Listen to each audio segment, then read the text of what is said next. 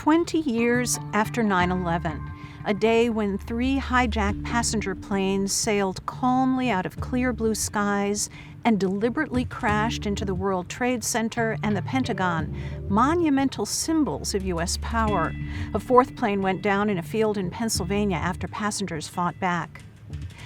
The attacks killed nearly 3,000 people. 161 were from Connecticut or had close ties to the state. I'm Diane Orson. This is Cut Line.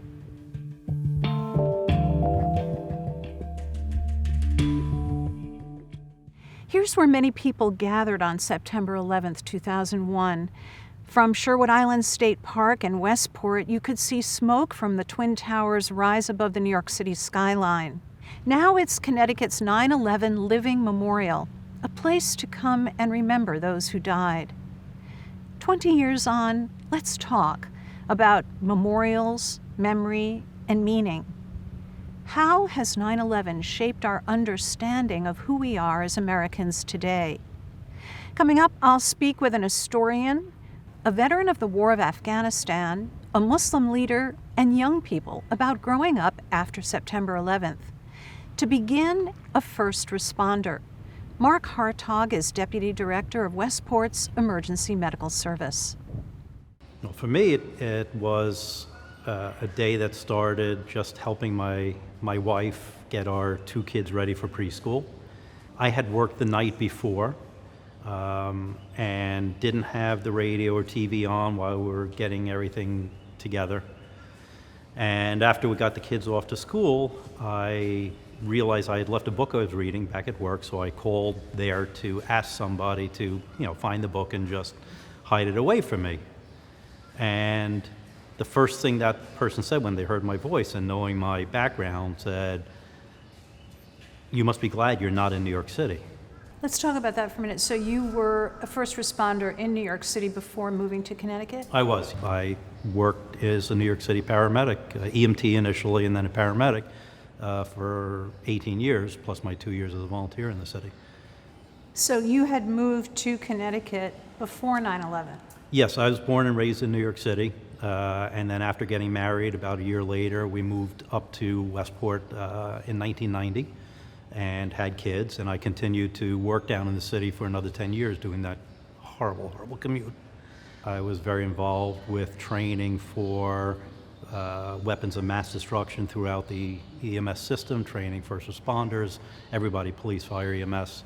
So back to 9/11. Yeah, so after my initial shock of the whole thing, I actually called down to the guy who took over my job as the director of the paramedic service of the hospital. And I said, "You guys need help. Should I come down?" And he said, "Absolutely, we're putting on extra units." And then about 15 minutes later, the first building came down, the South building came down. With my experience from the first Trade Center bombing and knowing that had 1,000 patients that were taken to hospitals or either made their way to hospitals or transported by ambulance. I looked at that picture and I just said, there's not going to be a lot of patients to be taken to hospitals. And right around that time, my boss here in Westport EMS called me and said, "We need you to come in." I wasn't on schedule, but we need you to come in. We're pulling in everybody because we're expecting to have patients coming up on the trains, and we're going to need extra units. And that never transpired either, unfortunately. Did you come down here to Sherwood Island State Park? I did. Later in the day when we realized that we were not going to be getting patients, and we realized the magnitude of the tragedy, the magnitude of the disaster, really. I was told, "Okay, we're not going to need you. You go home, get some rest." And I remembered having been down here many times that on a nice clear day you could actually see the Manhattan skyline. So I took a drive down here and joined a lot of other people that were down here already, looking down there and just seeing the smoke rising. And it was dead silent. The only thing you heard was, it was a large crowd there, but it was dead silent. The only thing you heard was the the birds, like you just heard now. But other than an occasional sniffle from people who were crying, there was no conversation. I experienced that kind of somberness once before in my life when, with a school trip as a high school student, with our school chorus, we did a concert tour of Poland for 3 weeks. And one of the places that we stopped was Auschwitz. And, we had a couple busloads of kids, 40, 50 kids and teachers. And normally those bus rides between places were loud and noisy and laughing. And, for the hour and a half going back to the hotel, dead silence. As a first responder, what were you thinking that day? I was thinking about some of the people that I knew who were down there, who were still working in the city, and who I had no doubt were in the middle of that. And I knew several people that were, several friends, co-workers. I knew a couple of the EMS people who died. A former paramedic partner who became a firefighter, who I was pretty close with, died. So I was thinking about that and what they were going through, and just the images that I saw before leaving, those horrible images of people jumping out of the buildings, knowing that there was no way they were going to survive that jump, but doing it anyway. I don't know what else was going through my mind. It's just a sense of disbelief that it actually happened. Do you think 9/11 changed our sense of safety or security as Americans? Yeah, absolutely. There's no question about it. I mean, TSA coming into existence because of 9/11. I still remember going through security at airports, and it was always private companies that were running security. So now you had TSA, and Homeland Security came into being, which didn't exist before. And for a while, it was probably, I don't want to say too much security, but there was a real sense of paranoia and a real sense of panic and concern, and was this going to happen again? And that happened for years. And I think after 20 years, we're finally kind of away from that sense of perpetual sense of fear and boding of what might happen. Maybe now we may be a little bit too far away from it. I think we've forgotten a lot of that. It's like a pendulum. It's constantly going back and forth, right? We went to real paranoia against people that were not Americans, and now I think we kind of gone, as far as security goes, maybe security is still there, there's no question about it, but I think a lot of people have kind of forgotten about it, and except for on the anniversaries. And obviously this being the 20th anniversary, that's a big one where people are going to remember about it. But one of the things that concerns me is my parents are both Holocaust survivors. They were not in camps, but they were European Jews who were on the run for quite a while, forced out of their homes. And my daughter, who's just turning 30, just reminded us the other day that she had a camp friend who was taught that the Holocaust didn't exist. It was all, a fake story. My father, who's still alive in 93, is here to tell you, both my parents are 93, here to tell you it's not a fake story. And I worry that as we move further away from this, that our people are going to really remember what the Trade Center was and what it represented and what happened on that day. What do you think 9/11 represented to you? It's just a day that for a long time I had a lot of, for me personally, I had a lot of trouble. I don't want to call survivor's guilt, but I had a lot of trouble dealing with the fact that I was a New Yorker, that I was a paramedic, a New York paramedic. And I wasn't there when so many of my coworkers were there. I know it's a silly thing to feel, but that's something that stuck with me for quite a long time. It was years before I could go back down there. I've been back to Manhattan so many times, but it wasn't until probably about, I want to say maybe 4 years ago, 3-4 years ago, that we finally went down there with my family, and we went to Ground Zero, we went to the museum. It was tough. It was tough seeing the names. I found the names of people that I knew who died. And that it actually helped having been down there and seeing that. What will you be doing on the 20th anniversary this year? I will be working. I will take a few minutes out of my day, like I have every year, to drive down here and walk out to the Connecticut 9/11 Memorial out there and look at the names and look down and see if I can see the skyline, which I don't think we really can today. And, think about the people that I knew who are no longer with us, and think about the people I know who were down there who did everything they could for others, and at some point go home and kiss my wife and remember that we have it pretty good up here right now. Mark Hartog, thanks for coming in. You're welcome. Thank you for having me. My name is Hillary O'Neill.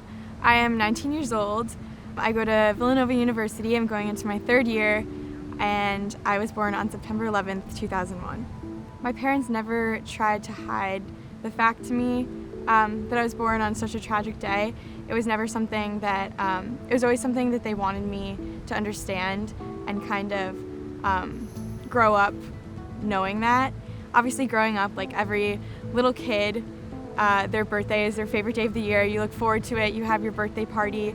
But since I was born on 9/11, and obviously my birthday is a day that means something very different to so many people across the country, and is such a tragic day, it's always been kind of hard to reconcile those two with each other, especially immediately after.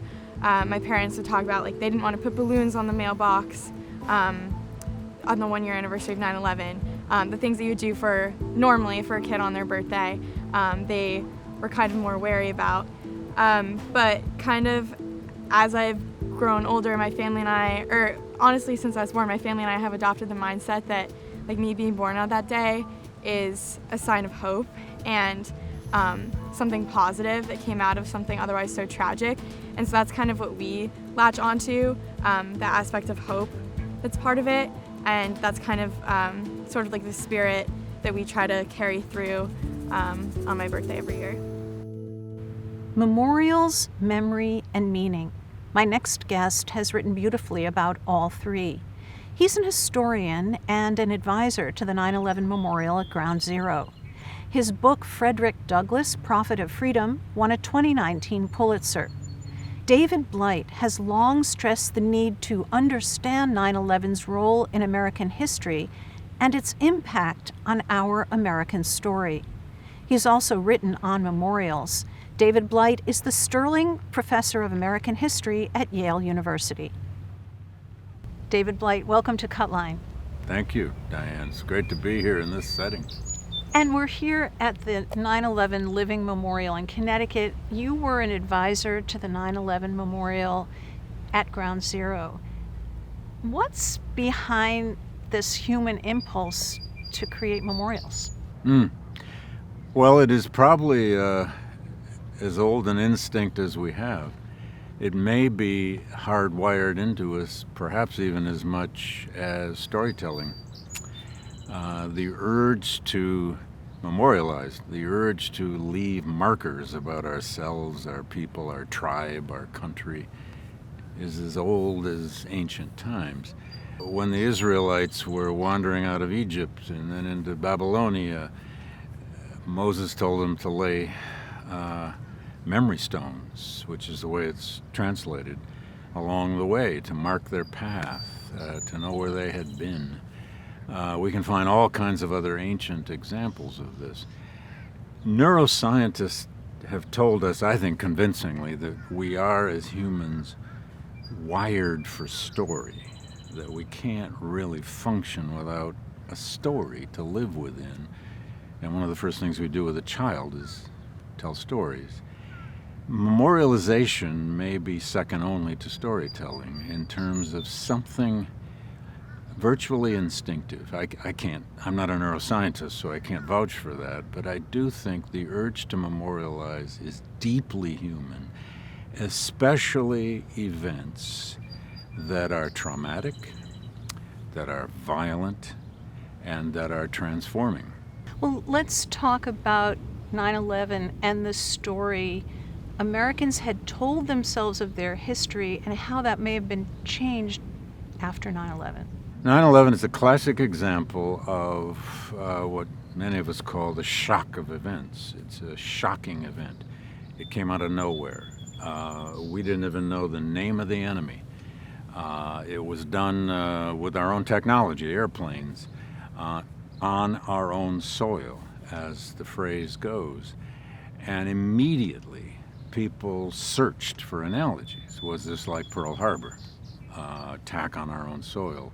Was it some sort of Fort Sumter at the beginning of the Civil War? Or what did we compare it to? I mean, we search for analogies historically whenever something like this happens. And it was a shock as well because it was an attack on the center of capitalism. Lower Manhattan, the tallest buildings in the city, and then the Pentagon, and likely the U.S. Capitol and the White House as well. And immediately most Americans had a sense of, how could this happen? How could we have let our defenses down? Who did this? Why would they attack us? Or immediately, why do they hate us? Now, that's a perfectly understandable set of reactions.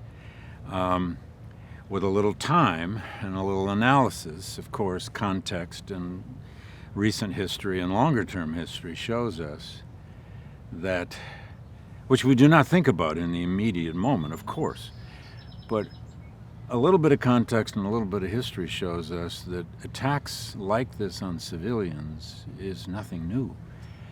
Throughout history, the slaughter of civilians, unfortunately, tragically, horribly, has been part of warfare.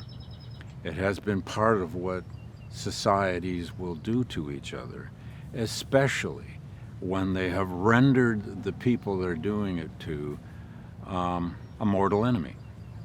When an enemy is deemed utterly existential, then we humans will do anything to obliterate them. And we need as Americans to remember, and I am in no way justifying the attack on 9/11. It was a horrible crime against humanity. But Americans do need to realize we also are the only nation to use atomic weapons on civilian populations. We did it to end World War II. We, along with the Germans and the Japanese, showed the world what carpet bombing can do to cities. We showed it again in Vietnam, where we dropped more tonnage of bombs than in all of World War II. So the slaughter of civilians is as old as the Trojan War, if you like, and even older than that, both in reality and in literature. And how do you think, in terms of where we are now, how do you think 9/11 changed our historical narrative here in the U.S.? Yeah, well, in America, we have a tendency, whatever happens to us, to revert collectively now, not all of us, but we have a tendency to revert collectively to a narrative of progress. We collectively, and I'm using the we here rather loosely, but we tend to demand a story of improvement in America. We still want to be the nation becoming. The nation founded out of some very special creeds, and they are. The four first principles of the Declaration of Independence are creeds. We are a creedal nation in that sense. We have a covenant, if you like, in that Enlightenment document. Now, we have violated it, and we were violating it at the time by slavery. We fought an all-out and horrific civil war to try to settle that problem of slavery. We didn't fully settle it. We have a history full of as much tragedy, exploitation, destruction, and self-destruction as most other countries. But in America, this land that seemed in its beginnings to be boundless, our boundless West, our boundless territory to expand to, we were always somehow a people who could begin again. And now we're in a moment in the U.S. where we're rethinking our national story. We're rethinking how we teach history. We're rethinking how we incorporate some of these examples you've just given, periods in American history that were genuinely awful and genuinely tragic. Right. Can you talk about that? Well, sure. I mean, I've been teaching, I hate to admit it, 40-some years and more. I started as a high school teacher in the 1970s. A whole bunch of us were sort of young Turks out of the 60s, and we were inventing something called Black history in public high school classrooms. I mean, it's in some ways the greatest experience I ever had. I didn't know what I was doing, but it may be the most important teaching I ever did.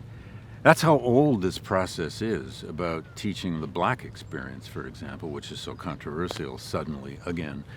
But what is hard for a segment of America to grasp, big segment of America to grasp, is that you can actually teach about tragedies and terrible experiences, misguided policies, evil systems that we have ourselves created because we're humans.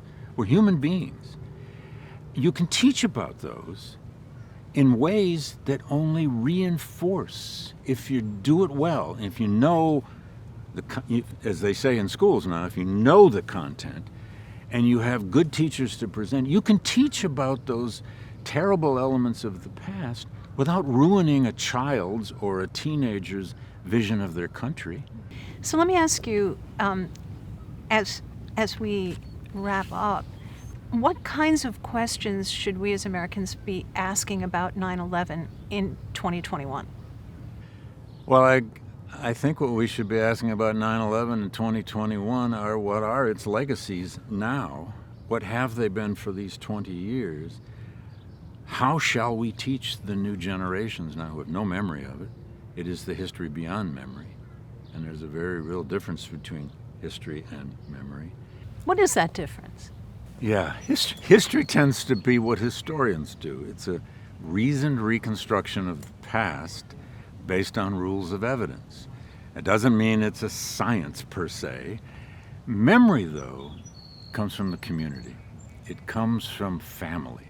It comes from a past that is passed on through generations. It's more powerful. You know, we're from somewhere. There's usually a narrative about where we're from. We may have grown up in a religion that gives us a whole set of values and rituals. There's nothing more powerful than ritual. Memory is more powerful than history, and there's far more of it. It can be beautiful. The rituals of family, religion, and culture can be beautiful. The stuff of festivals. It can also sometimes get in the way of understanding the past, of understanding what actually happened in the past, of understanding what the American Civil War actually meant and what it was fought over, of understanding just how World War II came about in the world, and so on. 9/11 is there for us to keep measuring. What is this American narrative? What's the American story? What is American history? Is it just a story that makes us feel good? Is it just a story that makes young people proud? That somehow creates patriots? Or is it a story that teaches us to be critical of ourselves, that teaches us skepticism, that teaches us to learn both love of country, but also a chastened, tragic worldview that understands that Americans are part of the same story as all peoples. David Blight, thank you so much. Thank you, Diane.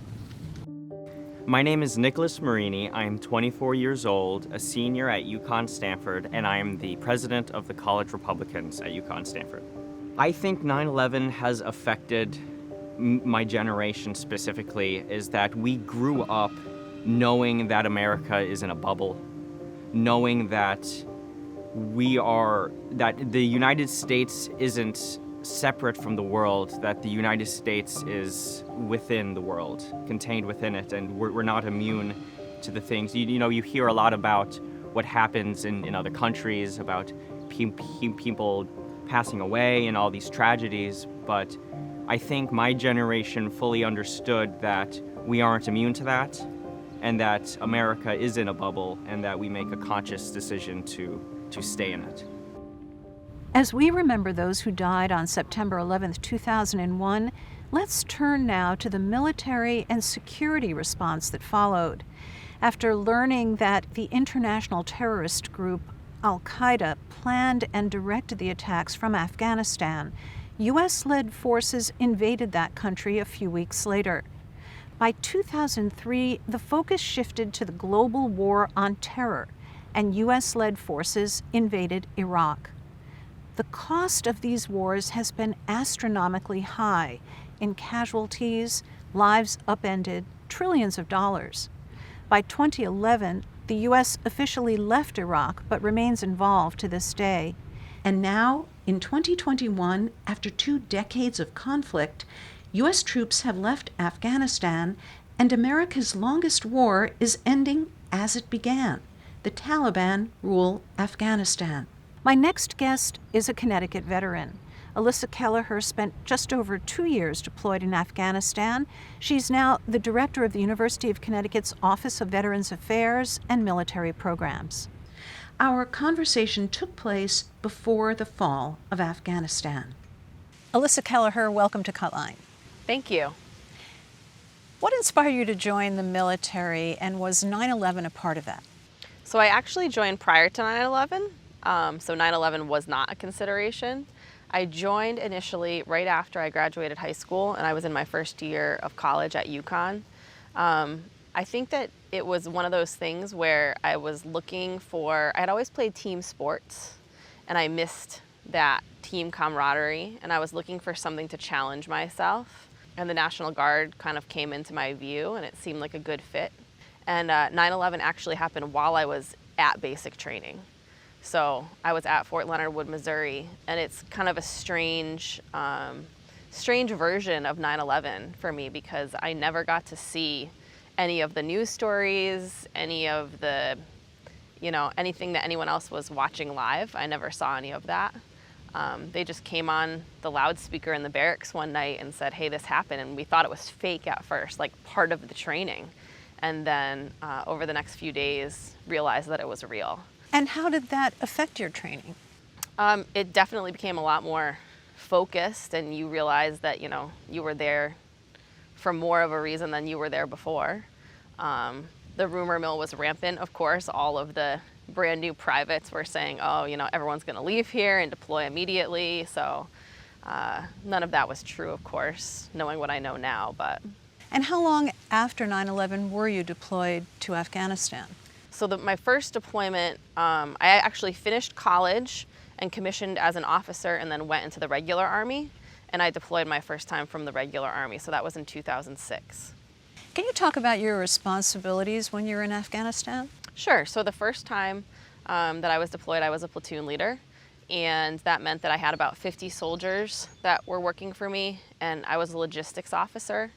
And so what we did was basically we supported the infantry directly, and we would do everything from the maintenance on vehicles to recovering any vehicles that were blown up or disabled on the battlefield, as well as all of the food service. So we ran the dining facility, we ran all of the refuel operations, all of the resupply operations, both bringing supplies to the FOB that we were at and then pushing supplies forward to units that were in the field. FOB?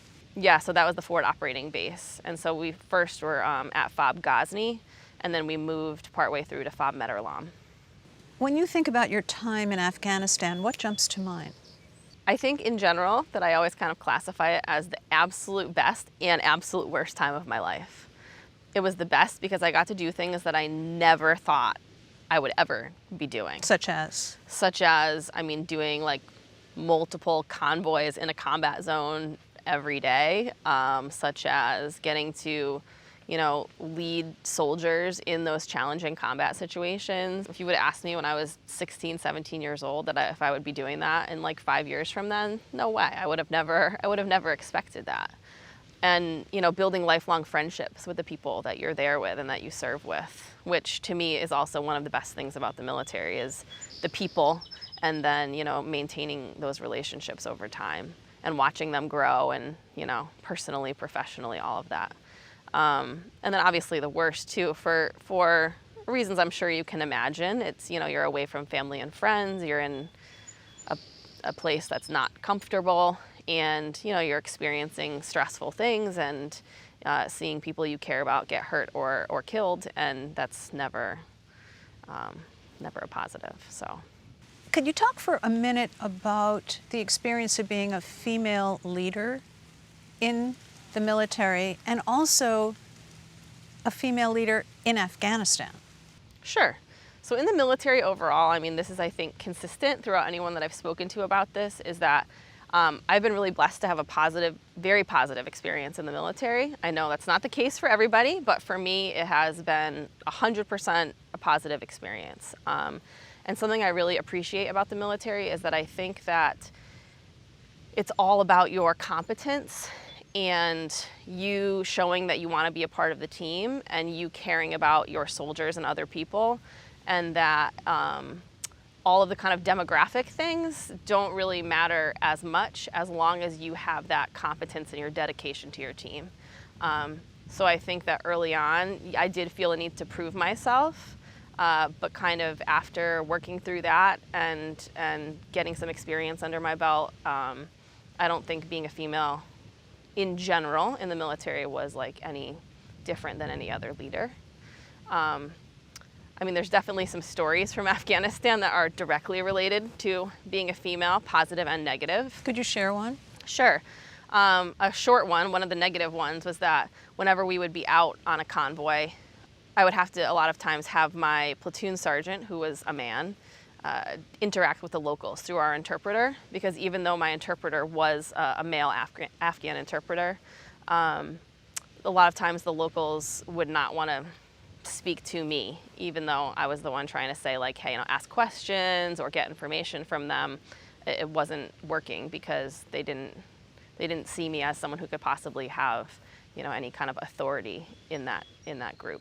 We're at a moment where we're watching the U.S. withdraw from Afghanistan and the Taliban advance. Can you talk about your thoughts? I mean, it's definitely one of those issues where I see many sides and obviously have a personal connection, and I understand the need to withdraw, and it's in some ways disappointing to me because people who were your friends and people you served with who have a lasting impact, or some of them who are no longer with us because of being either killed there or something happening afterwards. And it's frustrating to see that that in Afghanistan, women and children still are facing struggles, which is part of the reason we went there. And the government is still struggling, which is part of the reason we went there. So it's frustrating to see that those things haven't been fully realized as we had hoped. By about 2003, the focus had shifted to a larger global war on terror, and the U.S. invaded Iraq. Mm-hmm. How did that impact those in Afghanistan? So it impacted us directly because we were there, like I said, that first deployment in 2006, and we were set to come home after a year of being in country. And because the war in Iraq was really heating up, and they were focusing a lot of resources and soldiers there, we ended up getting extended for an additional 6 months. And I remember that's one of those things that you'll never forget, where You know, my soldiers and I had packed up all of our stuff, and it was like weeks until we were going home. And the commander I was working for called me in and told me that we had been extended. And at first I didn't believe him. I thought he was trying to, you know, pull a fast one on me, and it was true. And I remember going back and telling my platoon sergeant, Sergeant Byford, and we kind of said, all right, we got to tell the platoon, and had to go in and tell everybody. And the reactions, you know, I'll always remember, because some of them took it well. Some of them, I mean, you know, grown men started crying because they thought they were going to go home to see their family after being gone for a year. So the focus on Iraq definitely affected us directly. And I remember too that it was a very kind of economy of force, austere environment in terms of the number of troops that we had in Afghanistan at the time versus what was going on in Iraq. Like, we had a task force that we worked with of maybe 150 soldiers, and we were responsible for an area the size of Wisconsin, which was a lot, because there just, at that point in 2006, there weren't as many troops in Afghanistan in terms of density for the area. You were deployed a second time. Yes. Can you talk about what led you to go back a second time? So I came out of the regular Army and into the National Guard, the Connecticut National Guard, which I still serve with today. And I was a company commander, and so the battalion that I was a company commander within was deploying to Afghanistan. So of course, I mean, I'm going to go with them.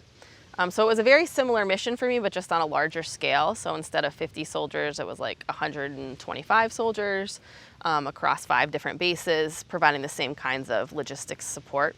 And yeah, I mean, yeah, it was my job to go back, so of course I went back. So you entered the military before 9/11. Now you work at UConn with a lot of young people.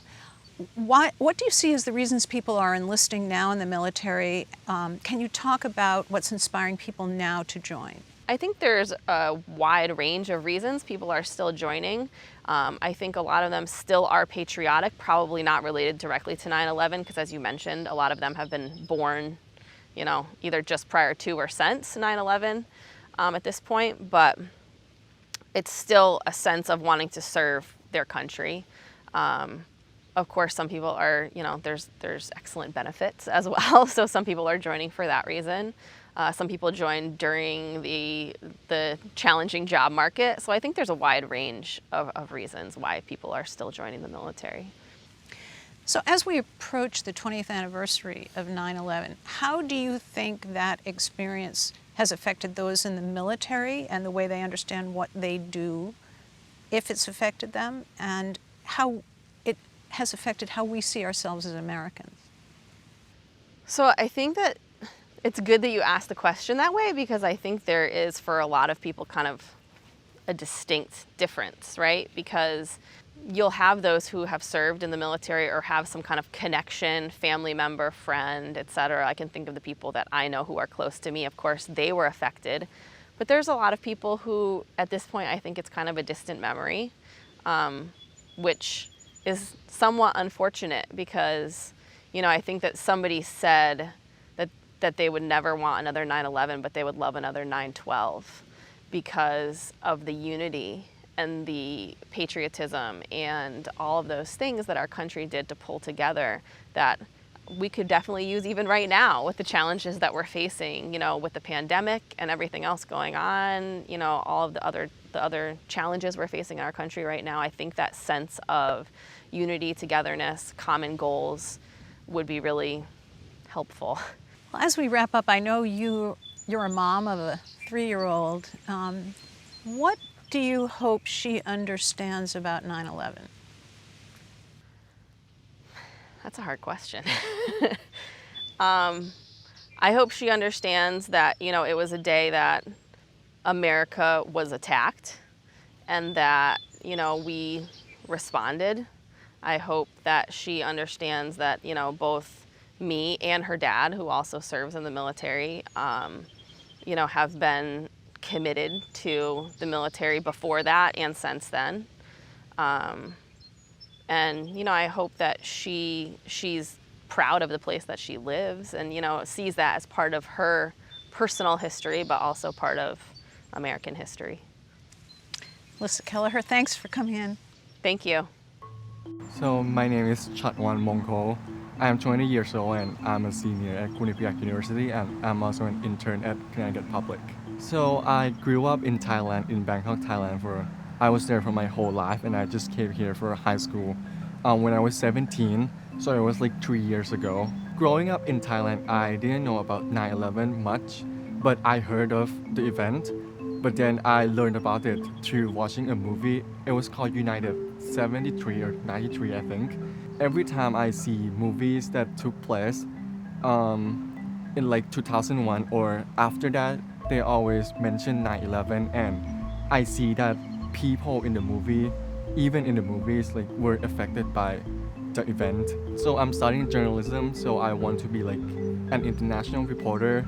So I want to be in different countries, not just the US, but like I like to travel around. I know that there are many events in the world that happen that I didn't know of, but it's important for people in those countries, and it's important for me to learn to be a world citizen. My name is Alyssa Mazzaros. I am 22 years old and I am a student at Quinnipiac University studying to get my MBA. I think the US lost its innocence after the event occurred. I think, going into airports, the security has really amped up. You've seen, guards, armed guards even now, and we'll never know the ease of accessibility of just walking into an airport, And I also think while that security was amped up, our personal insecurities grew even substantially. And, with that being said, we mistrust now so much easier than before, and are more skeptical of people than before as well. The 9/11 attacks were carried out by Al-Qaeda, a terrorist organization violently opposed to the U.S. because America was not governed along the group's extremist interpretation of Islam. In the aftermath of September 11th, with a nation reeling and widespread ignorance here of Islam, fear of Muslims spread fast. In that climate of distrust and bigotry, my next guest, a Connecticut doctor and American citizen, stood up and reached out to support his community, working with interfaith leaders, politicians, and police departments to help them understand what it means to be a Muslim. Dr. Reza Mansour is a cardiologist at Hartford Hospital. He's also president of the Muslim Coalition of Connecticut and the Islamic Association of Greater Hartford. Dr. Reza Mansour, welcome to Cutline. Thank you, Dan. Thank you for inviting me. What are your memories of September 11th, 2001? Yeah, it's a day that nobody forgets, right? It's when I was actually rounding at Hartford Hospital, and I was with a sick patient who was probably, what turned out was he was dying, and we were struggling to resuscitate him, and at the same time, the images of 9/11 were on the television, and I was we were torn because we are aggressively attending to this person, but at the same time, the whole nation is suffering this tragedy and this terrorist attack that we were praying that wasn't involving Muslims, because it was so antithetical to Islam to have something like this happen. Can you talk about your response when you discovered it in fact involved violent extremism? Yeah, so we've always spoken about Islam. I've done public speaking at the Hartford Seminary and at other institutions before, and we always knew that the extremists in all our faith communities were the problem. Immediately after 9/11, nobody knew that it was Muslims, right? The initial reaction was that the media was playing this out 24/7, like every day. And so we were hoping and praying that this wasn't Muslims who had done it, and I'm sure every faith community was hoping that it wasn't their faith community. But there were all these, terrorism specialists that came on, and they had been wrong in the past. They called the Oklahoma City bombing having the trademarks of Middle Eastern terror. They were wrong in the past, but they were brought on immediately as terrorism specialists to talk about 9/11. And of course, they pointed the finger at Muslims. And it was draining for us and shocking to find out that they were in fact Muslims, because Islam doesn't give you the right to take any innocent life. And many of us I had just finished my training, cardiology training in 1999, and kind of just setting my roots in America as an immigrant from Sri Lanka. And having witnessed, some of this kind of nationalist fervor in Sri Lanka associated with Buddhism, and hoping that some of the stuff that you were hearing on the television, like let's bomb Mecca and let's kill all Muslims, you heard this on national television, and it was scary for us. Can we talk a little bit more about the impact of a lack of understanding and, frankly, ignorance about Islam and its impact? Yeah, I think this was a really important issue. To begin with, the demographics of Muslims in America are about 1/3 African American and 2/3 immigrant. And so we were first and second generation Muslims that had just come to America. I am a first generation Muslim. I had come to America in 1990. So this is 10 years after coming to America and doing my cardiology, first medicine training and then cardiology training. So we had to really explain our faith. And there weren't many specialists on Islam. And I was doing this even before 9/11, but to a much lesser extent. And we realized that we had to quickly become scholars of Islam to be able to represent ourselves, because we certainly didn't want these terrorist specialists to be talking about us as though, we were the problem. And we had to change that narrative, which is why, I got involved in teaching in the mosques. I got involved in leadership as well as in interfaith dialogue. How do you teach about violent extremism within Islam to young people? Yeah, it's a very good question. And I think one of the narratives that comes out of watching TV is that you have this false dichotomy of either you're a good American or a good Muslim. And that was the first thing that we had to change. So after talking to them about the basics of Islam, I would talk about concepts like jihad and debate with them what it means to be struggling for justice as opposed to what the terrorists are doing and not understanding the faith, because your principles have to be founded on the Quran, which are the guidelines of how we practice our faith.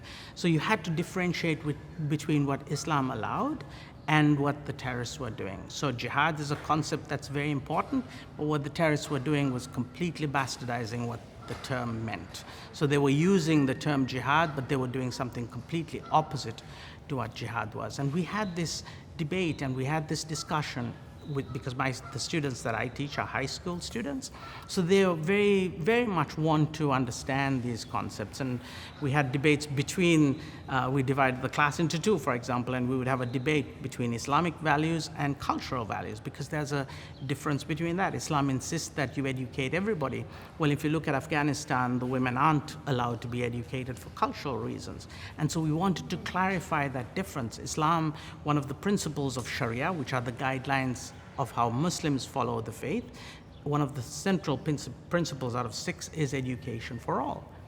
And that's a central principle of Sharia. So how can you not educate half your population and say this is an Islamic value? It's not. It's a cultural tradition that they had wherever they were practicing cultural traditions as opposed to the Islamic values. But I have to ask you one more question. We're speaking at a moment where the U.S. has just pulled out of Afghanistan, and we're hearing from the Taliban, at least what we're reading is that they talk about a kind of Islamic system that must be instituted.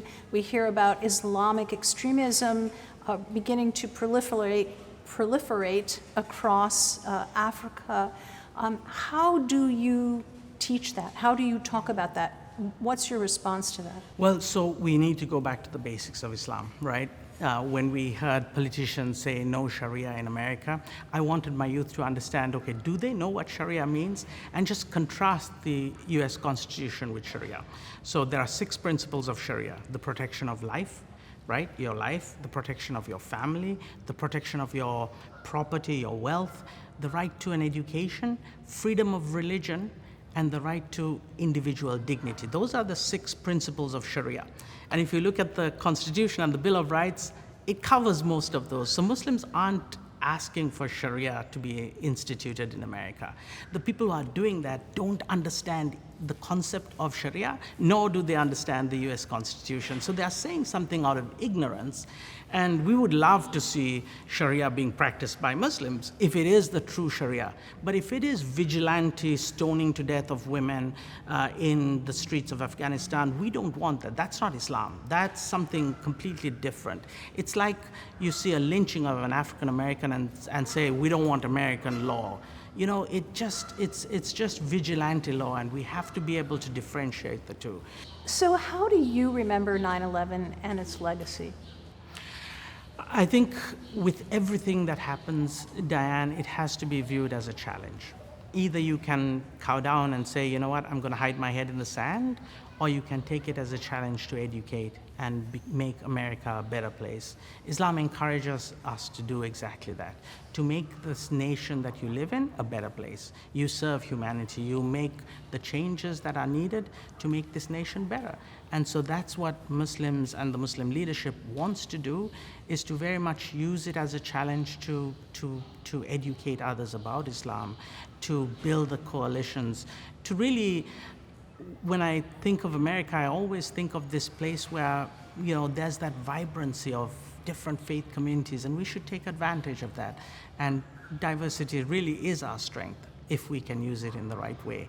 So I think, yes, it was a sad day. Certainly the 20th anniversary is a day when we remember those fallen innocent people and their families, and we grieve for them, and we have to reiterate that the terrorism that happened that day is something that's completely antithetical to Islam, but we have to take it as a challenge, every opportunity as a challenge to make us a better place. And I think if we can do that, and part of it is understanding each other better, I think we'll be there'll be a better union. Dr. Reza Mansour, thank you so much for coming in. Thank you, Diane, and hopefully we'll do this more often. Thank you. My name is Ala Amin. I'm 29 years old, and I'm a labor and delivery nurse at Manchester Memorial Hospital. My parents came from Sudan in Northeast Africa. After they got married, they came over to New York, and I was the first of three, and we've been here ever since.